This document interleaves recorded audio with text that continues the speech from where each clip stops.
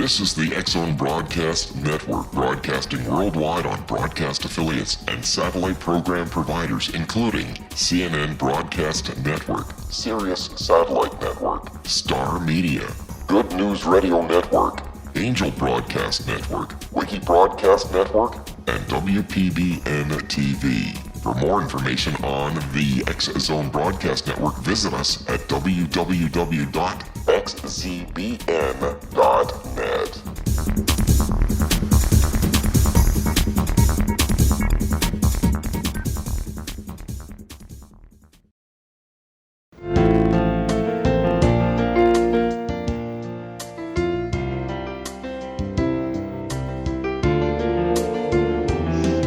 Hi, everybody. This is Johanna Carroll, and I'm welcoming you to Dialogue with Divinity. It's my intention in Dialogue with Divinity to have great conversations with people I call the wisdom keepers. And these are the people that I've met throughout my 30 years of doing my work on the planet who are here to bring us wisdom at a whole new level, to really have us look at life through our spiritual glasses, as I always say. So today, it really is my great honor to welcome PMH Atwater to our show. She is one of the original researchers in the field of near-death studies, which is really going to be what we're talking about today. And she began her work in 1978. She's written 15 books on her findings, and she really is considered to be one of the top-ranking experts internationally. We also are going to be talking about her most recent book, which is Dying to Know You, Proof of God in the Near-Death Experience. She considers this to be the people's book. It's a summation of the words of over 4,000 adult and child experiencers of near-death states, their experience, their truth, and their wisdom. The book itself consists of collective energy as far as intelligence, as the collective experience that they all had. You may even discover yourself in that book. There's really no other book like it on the market. PMH has so many credentials, it would probably take me an hour just to tell you what they are. But I will tell you that in 2005, she was awarded the Outstanding Service Award from the International Association for Near-Death Studies, and the Lifetime Achievement Award for the National Association of Transpersonal Hypnotherapists. She's got an honorary PhD from a school in Sri Lanka. And beyond that, I'm just going to welcome her to our show so we can begin our dialogue and our conversation all about the near-death experience. So PMH, so nice to have you on Dialogue with Divinity. Thank you for joining us today. It was absolutely fun. I enjoy doing shows like this, and I especially enjoy talking about God and divinity and spirituality and, fun. So the book, I think a lot of people have a different perception about what near-death experience really is. Do you mind, just give us a quick primer for those of you who are listening right now who's not really sure what it really is. We've heard so many different stories. Sure. The near-death experience is an intense awareness or sense or experience of otherworldliness, whether pleasant or unpleasant, because we do have some unpleasant ones, that happens to people who are at the edge of death. It is of such magnitude that most experiencers make significant changes in their lives afterward. The average near-death experiencer is without vital signs, that is to say, no breath, no heart, no lungs, for from 5 to 20 minutes. That's average. And of course, we know that you have to have oxygen in about, maybe 4 to 5 minutes, or we've got brain damage. Well, a significant feature of the near-death experience is there's either little or no brain damage. Rather, there's brain enhancement. You come back smarter than you were before. That's really amazing. Does science support this, or science has got the vote out on it? They do. Sure. So I know, because a lot of your work, you've done so many clinical studies. So the brain, I know the thousand petal lotus of the brain holds so much that I don't even think we tap into very much of it right now. So you're saying that the near-death experiencer whether it's the oxygen, or is it really that the oxygen is unfolding those petals of awareness at a higher level? No, not at all. In fact, we don't know for sure what causes it. What we do know in prospective studies that were published in Lancet Medical Journal is that the near-death experience, once you have none of these functioning, that is to say no brain waves, no heartbeat, no lungs, no breath, this kind of thing. Once all of that is offline and you are, for all extents and purposes, a corpse, you can still have out-of-body experiences. Once you get out of body, you have a 360-degree vision, and all of the experiences out of body that people have reported, and many of them have had third-party testimonials, and all of them that I know of have been verified. You have clear, enhanced consciousness, self-identity with emotions, cognition, which is thought perception, full use of faculties, and intact memories. So all of this is happening to a corpse. You mentioned before, and I know we're going to talk a lot more about this in your book in the second part of our show, is that not everyone experiences this in the same way. I think there's this preconceived notion that, you're floating around in a cloud, God is there, you get your instructions and you come back. No. But it's uniquely different. No. That's the media version. Because you've had more than the media version.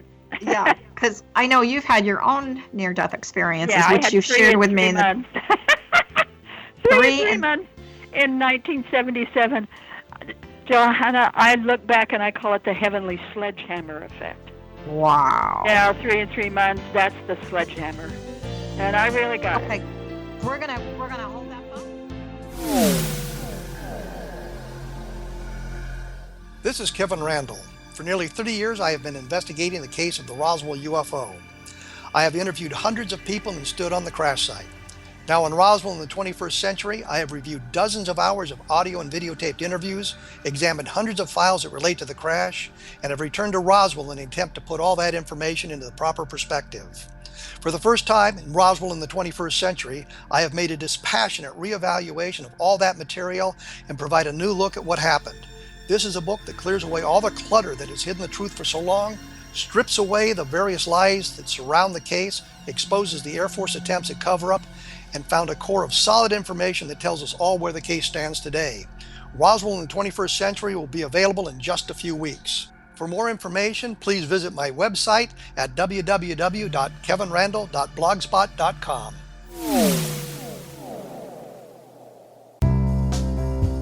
Gibbs A. Williams, Ph.D., is a practicing psychoanalyst, supervisor, researcher, and author in New York City.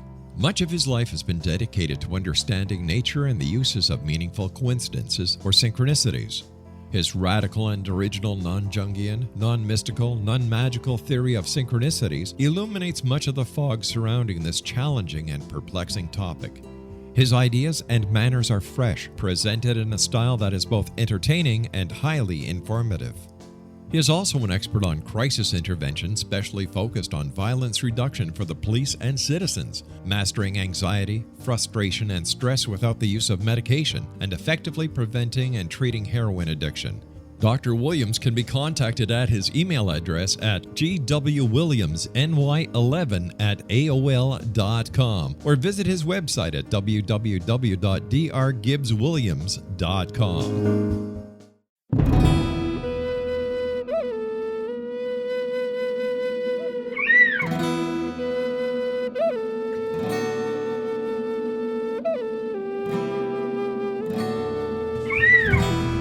Shamanism is recognized as a method to access the quantum level.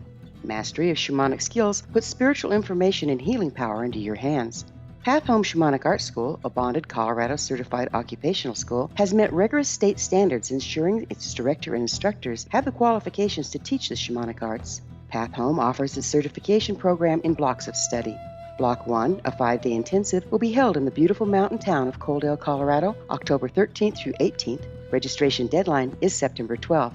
Experience Journey Trance, Power Animals, Helping Spirits, Sacred Space, and Life Purpose. Come discover your power. Join me, Gwilda Wiyaka, in the magical world of shamanism. Call 303-775-3431 or visit findyourpathhome.com.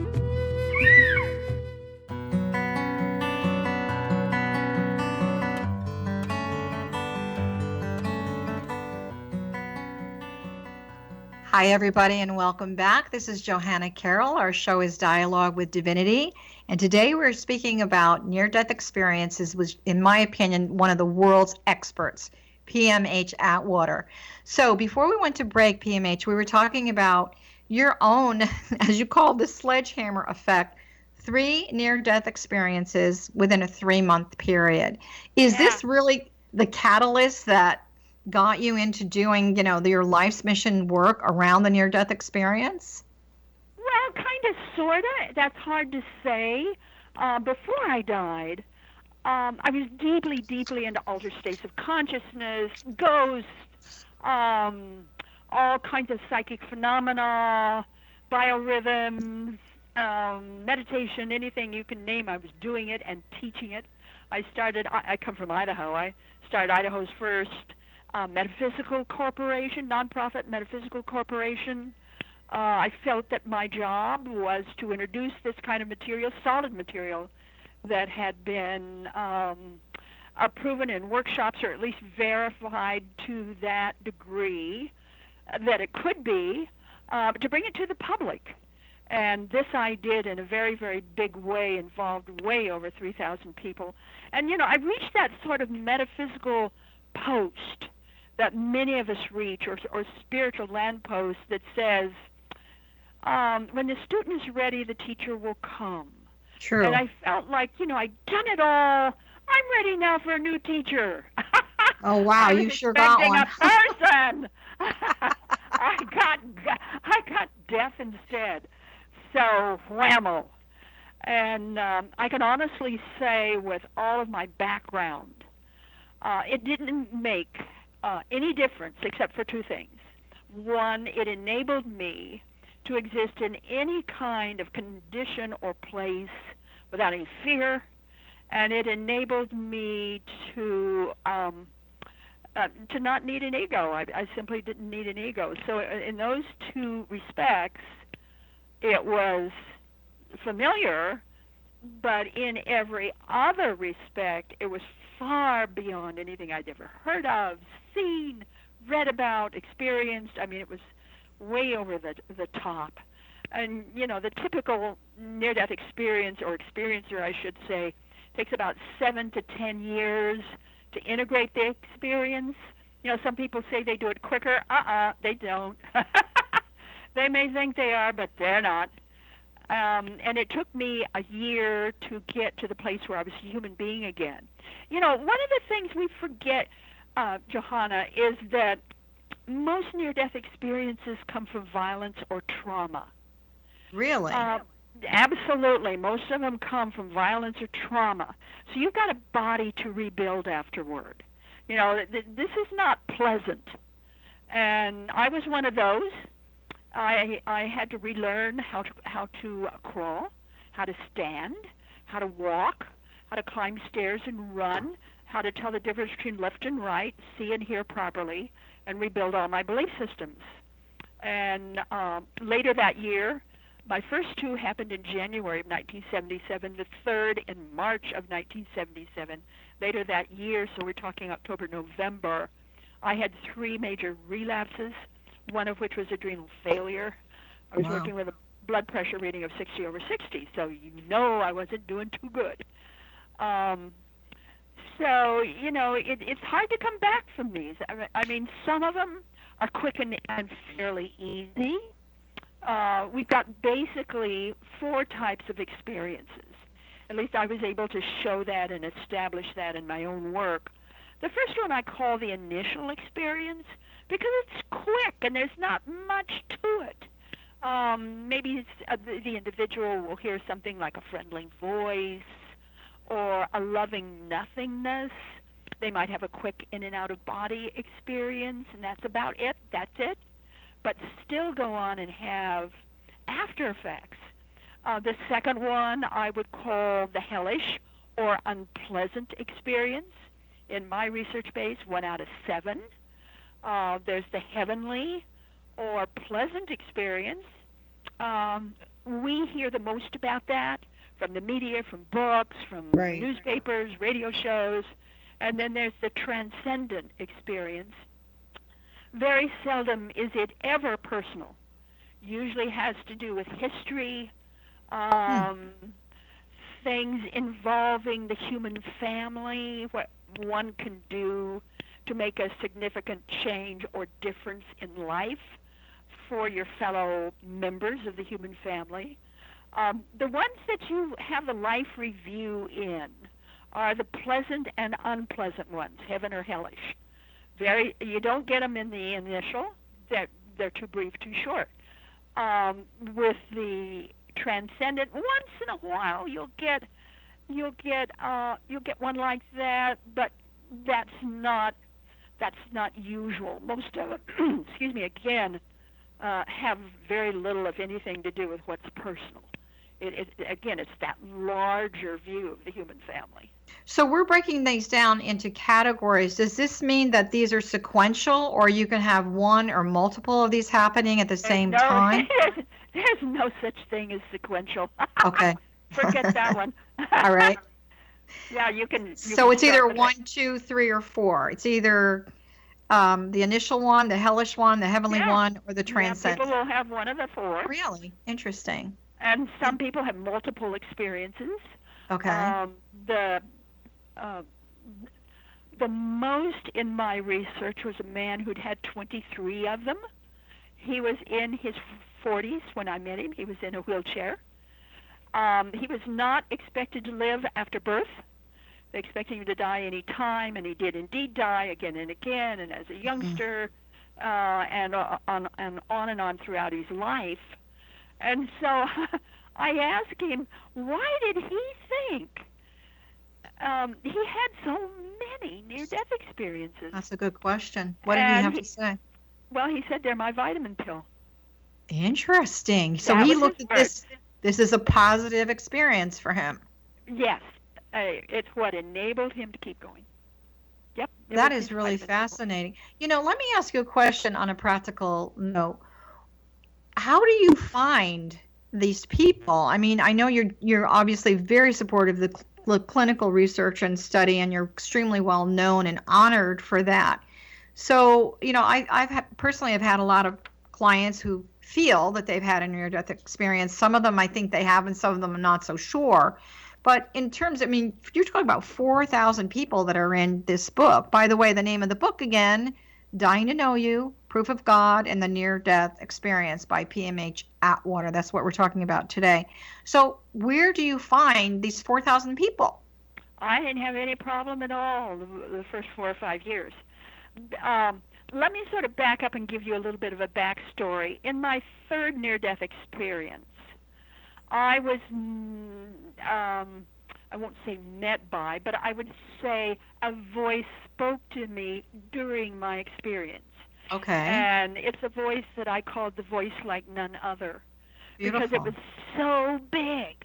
It wasn't like an angel or a guide or guardian or any of that kind of stuff. It was bigger than that. It was a you voice actually so heard big. you heard a voice? Oh, or you had? absolutely. Okay, you've heard this voice. Absolutely. Okay. That massive voice.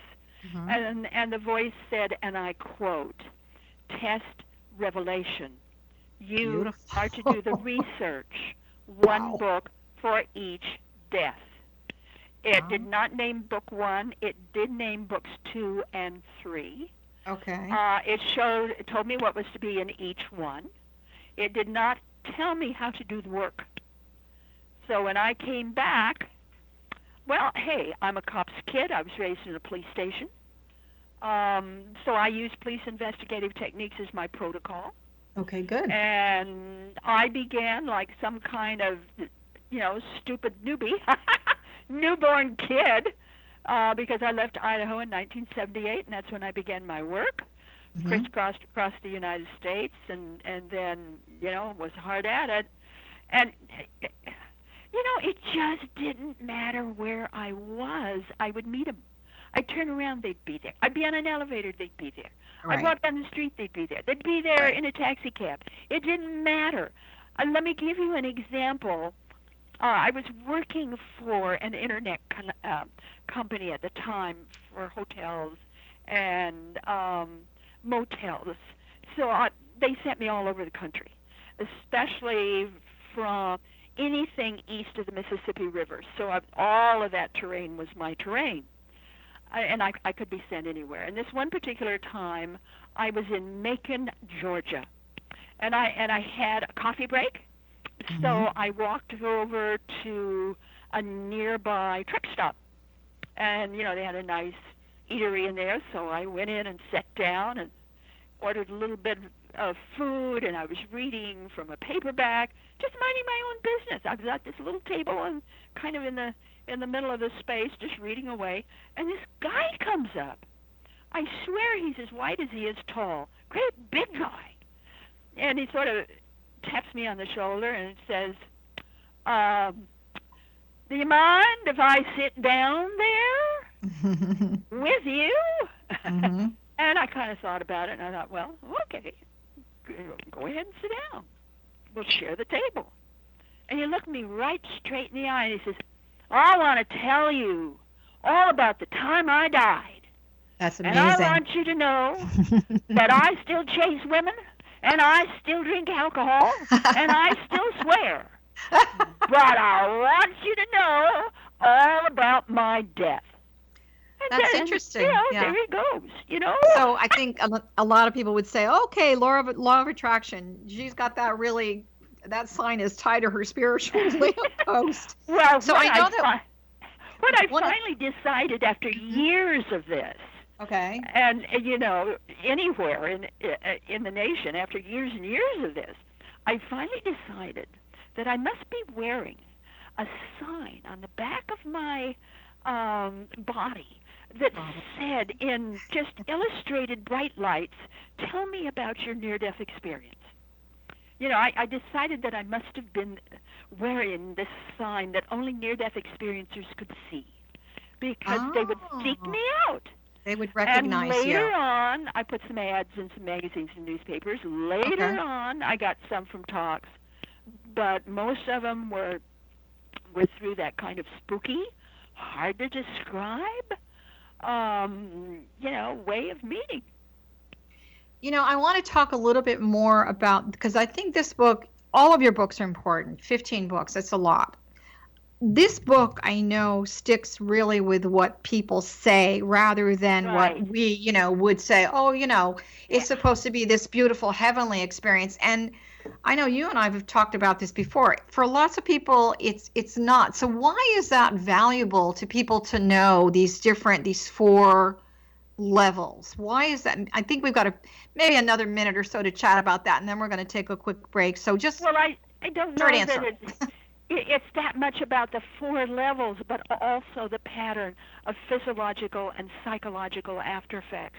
It's the after effects that validate the experience, not the other way around. And we can have near-death experiences. We can have near-death-like experiences.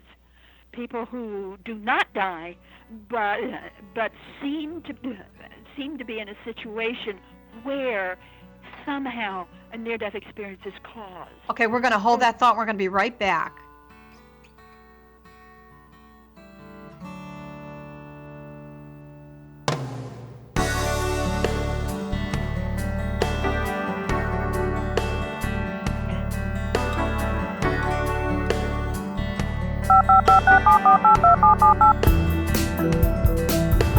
Did you know that when you're on the road with limited data or Wi-Fi, you can still listen to the X-Zone radio show with Rob McConnell, The Science of Magic with Gwilda Wiyaka, High Tech with Corey Kay, and every minute of the 24/7, 365 programming of the X-Zone Broadcast Network by calling 712-432-9459, courtesy of TalkStream Live. No smartphone, app, or internet needed. It saves your data plan, and it's free if you have unlimited minutes. Call 712-432-9459 to listen on any phone, anytime, anywhere. Remember, 712-432-9459 for the best of paranormal, new age, thought-provoking, sci-fi radio programming 24/7, 365.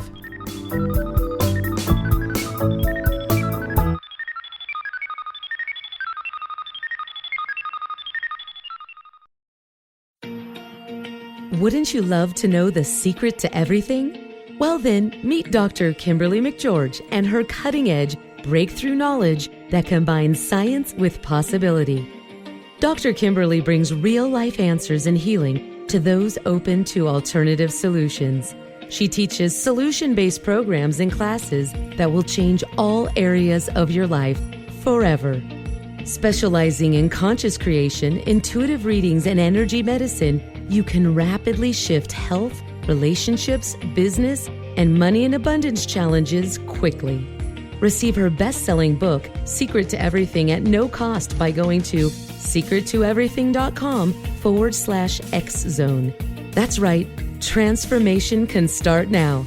Just go to secrettoeverything.com/X-Zone and receive Dr. Kimberly's book for free.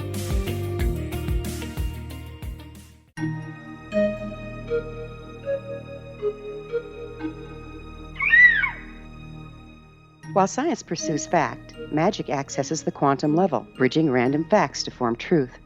As long as science and magic remain separate and polarized, the truth cannot be known. I'm Gwilda Wiyaka. Join me on the Science of Magic radio program, dedicated to unification and evolution of consciousness. During each episode, I'll be speaking with experienced and respected scientists and mystics. From astrologers to astronomers, from medical doctors to shaman, the scientific method to dowsing and intuition, we'll weave together information from seemingly divergent practices to promote unity and enlightenment. Join me, Gwilda Wiyaka, and the Science of Magic right here on the Mutual Broadcast Network. For more information, visit www.thescienceofmagic.net.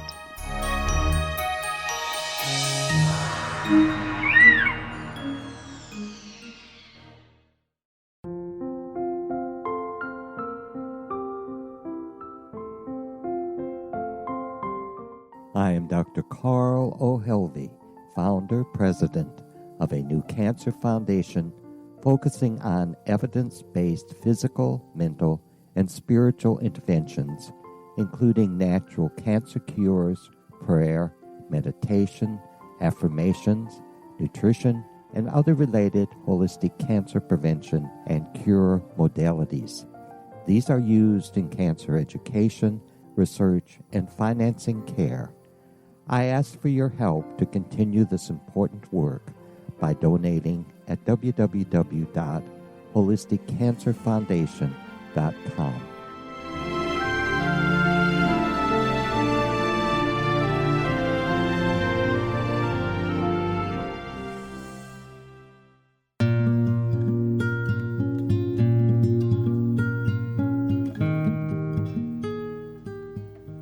Welcome back, everybody. This is Johanna Carroll. You are listening to Dialogue with Divinity, and our subject today is all about near-death experiences with one of my favorite people on the planet, PMH Atwater. We're talking about her book. Oh, I'm not sure which one of you is here, but I know one of you is here. Dying to Know You, Proof of God in the Near-Death Experience. So PMH has experienced herself near-death experiences, and obviously it gave her a whole new identity in the world and in terms of the quality of her work. So what we were just talking about is the after effect of a near-death experience. Do you think that people focus too much on, hey, I want to know what happened while you were over there, rather than I want to know about how it's changed your life now? That's correct. Absolutely correct. And this is forced on us by the media, because they want to film documentaries, stories, even books and documentaries and so forth and so on. They want the drama of an afterlife. They want the drama of the accident and the person survives. They want all of that to, I suppose, improve their ratings.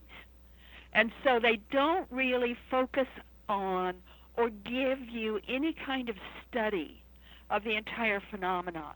For instance, in 1982, Gallup poll did a scientific study of near-death experiences and found that only 9% experienced a tunnel.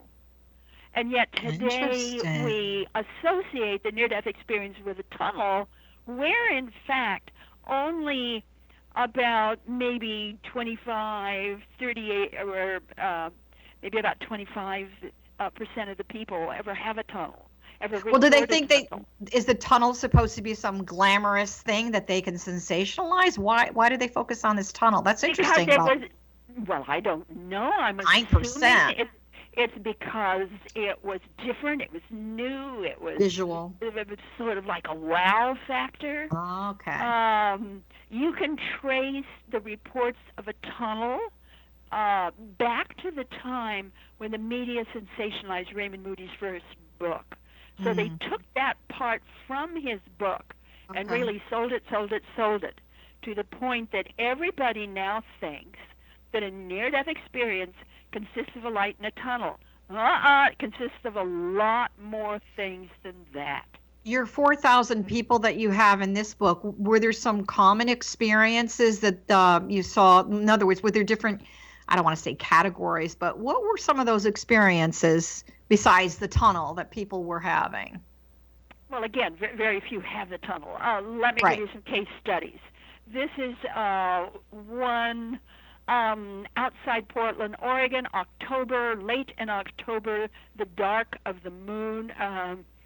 Around midnight, the fellow was driving outside of town, out sort of in the hinterland. A lot of curves. There had been a little bit of a drizzle, and then all of a sudden the temperature dropped, which created what we call black ice. Black ice, right. And so this guy is driving around, midnight out there. He did not realize the road was icy. So he was going too fast for the road conditions, lost control of his car, smashed into head first, nose first of the car, right into a big, huge tree. His description is he floated up to the top of the tree. He looked down at the accident. He noticed that he had lost an arm. He noticed that it was bleeding profusely. And his decision was to save his body. Okay. So he looked around for someone where he could get help. And there was only one house, and it was a bit of a ways away on kind of a little ridge, 2-story house. The top right-hand story window had a light on. So he said he went over there. Now, I don't know how he went over there. He didn't describe like I was floating. He just said he went there. I went over there. Okay. And so he's outside of the window looking in. He sees a man in there. So he jumps up and down and screams. He said at the top of his lungs, right. There's been an accident, call the police. There's been an accident, call the police. Well, interestingly enough, the guy inside looked up at the window and saw what he thought was fog, and it was jumping up and down. He says, fog doesn't jump up and down. And then he heard this loud man's voice in his ear saying, there's been an accident, call the police. So this man right away, this guy goes to the phone and reports the accident. Of course, he doesn't know anything about it, but he reported the accident. He went downstairs, got a flashlight, went outside, and searched and searched and searched until he could find the accident scene. He was there when the police and the ambulance arrived. The guy was for all extents and purposes, dead. They were able to resuscitate him and save his life at the hospital. He lost his right arm. This is a right-handed artist. So that was a really big deal, losing his right arm. Huge. They could not reattach it. Huge. And he was blind. The accident blinded him. Okay. He had a lot of things wrong. He was in the hospital for 3 months. And at the end of the 3 months, he got his sight back. His sight came back. Beautiful. And so he asked for paper and pen. And the hospital staff brought that to him with his left hand now. He drew a picture of the accident scene. The police were called in. The guy in the house was called in. They looked at the picture that he drew. And as far as they were concerned, it was so accurate. It was as if a photograph of the accident scene. And did he also draw a picture of going to this house with a light No, on, or he he only did drew not? the one picture. He He only okay. drew the one Of the picture. actual Everything event. else is testimonial. Interesting. He just drew that one picture. The rest is all testimonial. But we get cases like that. For instance, I'll give you another one. This is a woman, I'm going to guess maybe early 30s. She's driving out kind of like farming land, and she comes to this intersection, and she doesn't see anybody in particular, so she's going to go right through the intersection. And a big truck suddenly comes up from the left and slams right into her. And dead on sight, able to get the police, ambulance there. They rushed her to the hospital. They were able to revive her. Now, in the surgical rooms, when she comes to, when she revives, she's effusive. She's glowing. She's happy. She's effusive. She said, I met my dad. I saw my dad. And he told me all about his death. And when he, and you know, and where it happened. And he told me about that it was okay for him to die, that its time was up, and, you know, he'd done everything he needed to do. And he said to me that I have to go back because I haven't done everything I'm supposed to do. Well, she's so effusive that the doctors and the nurses can't handle her. So this one doc goes to the waiting room where you know the family is gathering, and tells them what happened about the dad. And they said, well, obviously she's hallucinating. The dad is in perfect health. Still One alive. of them had called him that very morning. There wasn't a thing wrong with the dad. So the doctor went back, told the gal, and she just became even louder and more effusive. So this time the doctor was a little put out, and he went back to the family and he says, okay, you get that dad on the phone right now, this minute. So everyone in the room started calling. Suffices to say, what they found out was that the father had died 5 minutes before the daughter did, in exactly the same manner as he had told her that he had died. I'm saying to you, Johanna, that's oxygen deprivation? That's amazing. Forget it. That's amazing. You know, I want to talk to you a little bit about this borderlands experience. People talk about the borderlands, Yes, where people they may go, but you know, moving on. Is that what she had? Did she have a borderland experience? No. She had a what would you call it? She'd had a mystical experience with her father, who was giving her guidance to go back and continue her life. A total near-death experience with all the trimmings. Sure. Except that, again, she did not have a tunnel or anything like that. She didn't have a life review either, except that her father told her that she had to come back. She had a job to do that she hadn't completed yet. You know, I hear that from a lot of people. Let me ask you a question about that, because I actually had a friend who, she says that she said, she's no longer in her body, that she had a near-death experience. She was in a coma for a month. The only thing she really remembered was, she didn't talk about a tunnel or anything. She just remembered this warm feeling, and she remembered, this is what she said to me, the only thing I remember was that God told me that I had a job to do and I had to come back. And I said, well, what was the job? And he gave me a message. And I said, what was the message? The message was that I'm supposed to tell the world how much we are loved. It was a very simple message. And I have to tell you, she never really got, so I said, okay, well, what are you going to do with the message? You're going to write a book, you're going to go talk to Unity Church, how are you going to do this? And she never was really able to accomplish that.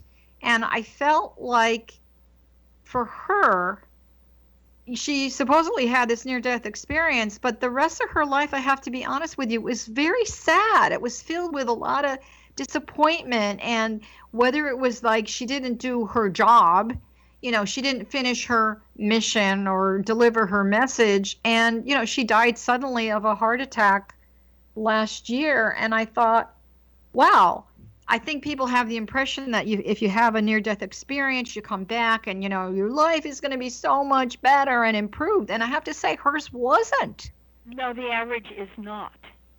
That's wow, that's daunting then. Our challenge, as near as I can tell, is to rebuild our lives in doing it in such a way that it's as if we become a new person. Okay.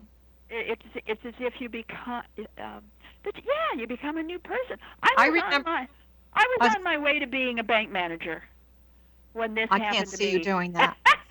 I remember you telling me once that, and I don't remember which near-death experience it was that you had, that your daughter was not happy. She wanted her mother back. Not at all.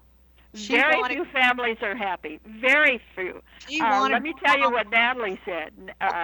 My oldest daughter, she came to me. Remember, I'm from Idaho, so we're plain speakers out there. And she came to me in the kitchen, put her hands on her hips, and looked at me right in the face, and she said, "Well, you're friendlier now than you used to be, and I like talking to you.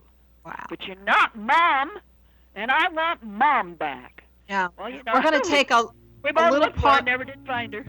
We're going to take a little pause on that. We'll be right back.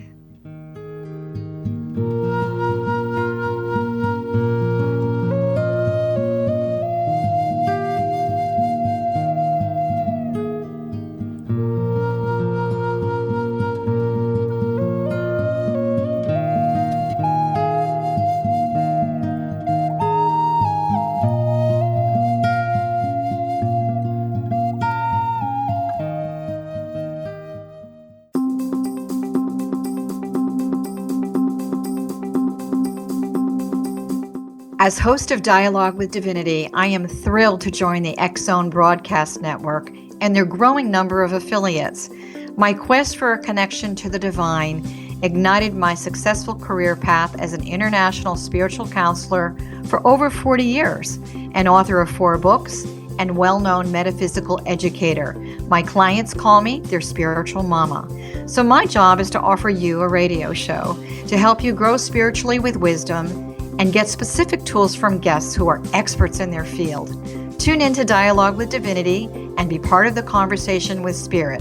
My goal, your happy soul. For more information, please visit my website at johannacarroll.com.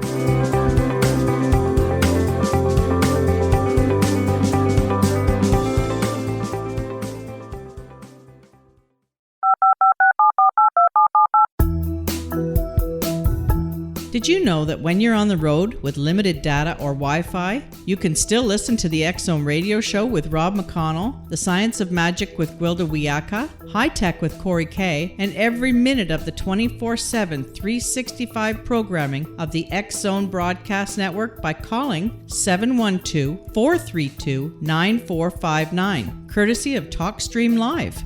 No smartphone, app, or internet needed. It saves your data plan, and it's free if you have unlimited minutes. Call 712-432-9459 to listen on any phone, anytime, anywhere. Remember, 712-432-9459 for the best of paranormal, new age, thought-provoking, sci-fi radio programming 24/7, 365.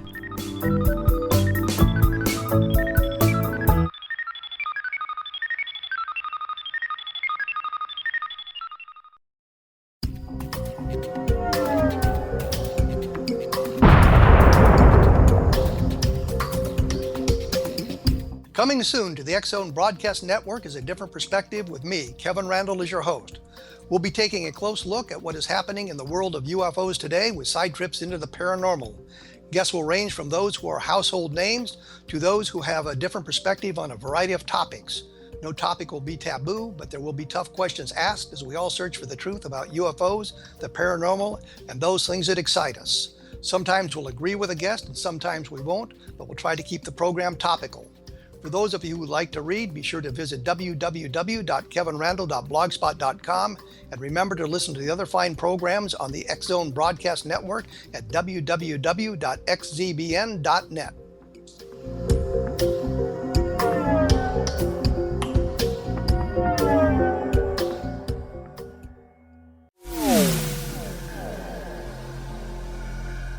This is Kevin Randle.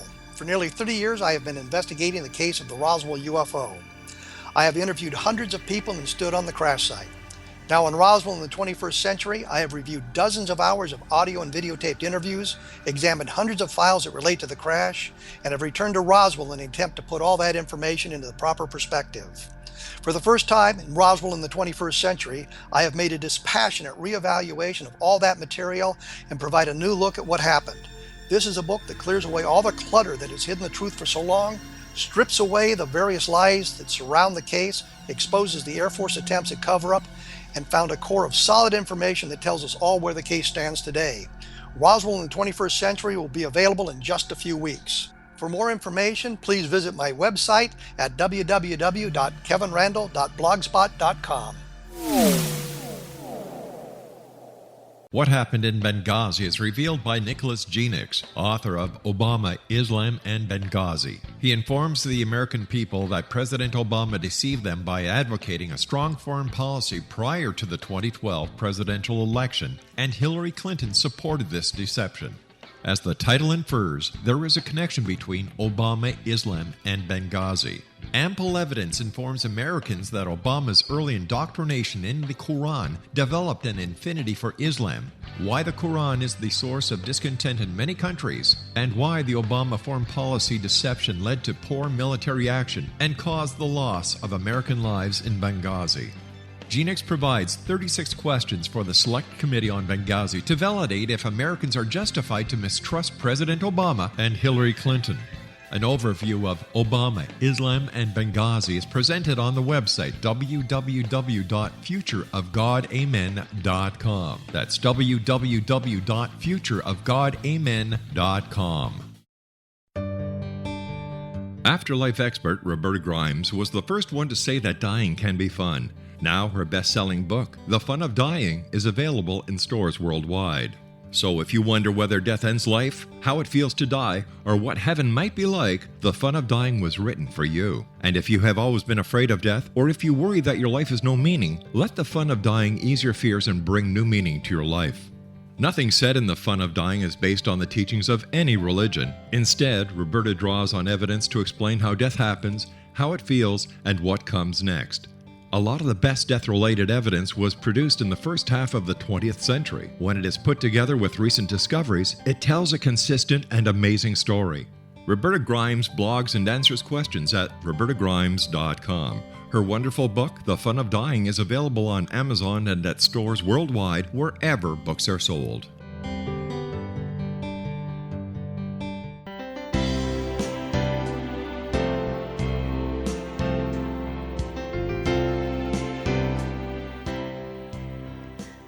This is Johanna Carroll. Welcome back to Dialogue with Divinity, and our subject today, a very interesting one with PMH Atwater, all about near-death experiences.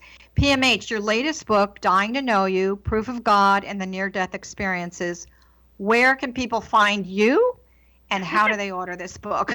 They can order that book anywhere.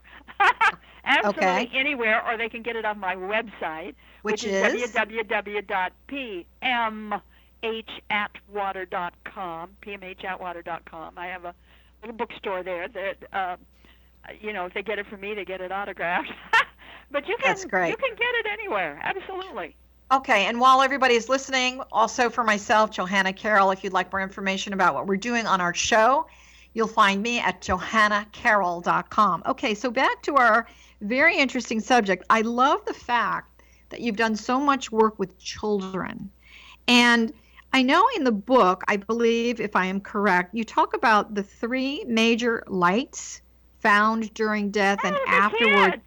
Oh, The yeah, kids. the kids. So what do they say about that? Adults do too, but, lots of kids talk about this. This one light is very raw, it's very piercing, it's very powerful.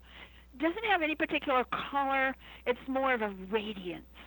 The other light is a black or dark light. Many of them say it has purple tinges in it.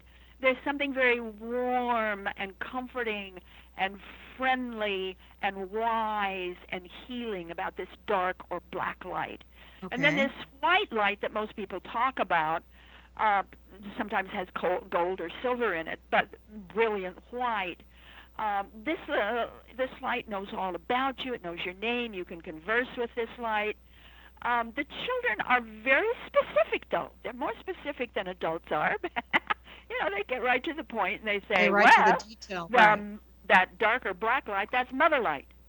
And that white light or that bright light, that's father light. And both the mother light and the father light come from God's light. God's light is that raw, piercing, radiant light. Do they use that word, God's light? Yeah. Oh, yeah. Are these children, most of these children have been raised in a religious background? Well, not necessarily, no. Sometimes then how do they know that it's God's light? I'm just curious. They just know that it's God's light. They'll say God's light or a term that I would call God. Maybe in their culture they would, a little different, but still God. This idea of that one great intelligence, that one great being above and beyond all else. So, yeah. And with the children, they're young children, I'm assuming. When you say children, what ages are we talking about? Well, my first study was birth to the age of 15 years. In a couple of weeks, I start another one with a new group, and I'm going after the tiny ones now, people who think they had a near-death experience or something like it between birth and the age of 5. Wow. So I'll be doing that very shortly. I now have 102 people, 102 cases. So I'm going to study it as a lived experience because we're not doing that. We're not really looking at the living of it. And especially with children, this is so important. What I found with kids is that we get so mesmerized by out-of-the-mouth-of-babes syndrome that we really don't look at how that affects the child and how they grow up with it. And that, to me, is the larger story. So is it the larger story as far as a responsibility for the parent or, clinically whoever's dealing with these kids to give them a greater depth or better tools? I mean, what specifically is coming out of that not being insulted by these kids that are different, not being threatened by children who don't bond to them, not judging, being open by children who are suddenly very, very psychic, very knowing, very innovative, very creative, and they're scared by this. It's like, what's going on to my child? Of course. So the book on that is The New Children and Near-Death Experiences. There'll soon be another one. And then next spring will be another book, too. Oh, my gosh, you're like the... Well, remember, in my own experience, I was told to write 3 specific books. That's right. And the book one was not named. I think that was coming back to life, but it was not named. The second one was Future Memory. If you haven't read Future Memory, do. Because, again, it's not like any other book you'll ever read anywhere. None of your books are. Every sentence, every paragraph, every page is part of the math I use to create the labyrinth. The book is a labyrinth. Beautiful. Okay, the third one I just finished. It's just out of edits. It's now with the publisher. It is called A Manual for Developing Humans. Wow, that sounds pretty profound, I have to say. It is. I think we're going to talk about that on another show, but I want to get back. Let's get back to your current book. Okay, so this is sign up something. for my free monthly newsletter. You'll know all about this stuff. Okay, so those of you that are listening, there's a free monthly newsletter. And again, we're going to go to your website, which is pmhatwater.com. So you talk about something that I've had, I don't know where I get the information from, but I do work with, these council groups on the other side of the veil. And one of the things that I know that people have a great fear of is that they're not going to be able to breathe after they drop their body. And I've always felt that the breath. You get a big dose of that in Dying to Know You, Proof of God, in the near-death experience. So many experiencers, adults and children, one of the first things they find when they're on the other side is that it's breathing. Mm-hmm. There's breath over there. It's breathing. This idea of expansion, contraction, as if all the universe and all creation were breathing. And the kids, I love kids, they just get right to the point. And they say, yeah, it's breathing over there, but not as your nose does. That's so cute. It's not the kind of breath we're used to in our nose. And if you go back to the original meaning of the word Holy Spirit literally means the breath of God breathing. I've always had this sense that when, that people go through I'm talking about just the normal dying experience, not that anyone dying is normal, but there's that last breath, that rattle breath. And I've always felt like, okay, you're going to breathe that out. And guess what? You're going to breathe yourself right across to the other side. And that breath is still going to continue, but in a much more expanded way. And so I think people, they're afraid of choking to death or something like that. So the breath of God breathing. You talk about the idea of voltage. Yeah. When you talk about the light. Yeah, when you're talking light. Adults describe the light on the other side of death as stronger and brighter than 10,000 suns. Instantly you're fried, but there's no pain. And children also talk about this. It's the idea that souls and anything connected to the other side really does have a voltage strength. If you today anywhere, if you're going to be a ghost hunter, you've got your little voltage meter because you're looking for those bleeps. That idea of voltage. True. It's the same thing when you're talking about death and when you're talking about the soul. You're talking voltage. You're talking that particular light that is significant. It's nobody's made-up piece. This is real. This is physical. This is real. So I know that, of course, one of the most ancient teachings in the Bible is the whole thing about the burning bush and that man can really not look upon the face of God or they will be incinerated. Is it that kind of electricity that we're talking about? Well, it could well be. Yeah, I think that it might be. I know for myself, there was a project that was done that they brought a lot of psychics and scientists into a room and they hooked them up to all of these monitors and meters and whatever. And when they dropped down into theta and they went into that, magical state of samadhi, as I would call it, that the electrical voltage meters were going crazy. So I feel that there is an ability on some level to tap into that I just had mine measured 3 months ago. I'm afraid to ask you how high it was. Guess where I am when I'm doing most of my work, when I'm writing and putting things together and, I'm just really excited about what I'm doing. I'm in low delta. Really? Interesting. Low delta and low theta. When I want to go to sleep, I'm in alpha. When I'm playing, I'm in high gamma. I know there's a lot, there's lots of things that have been written about these different states of consciousness, and we could go on and on and on and talk to you forever. So obviously when the new book comes out, we want to have you back, but I just want to reiterate to everyone that's listening, PMHAtwater.com is where you're going to find every bit of information about this amazing woman and her near-death experience research.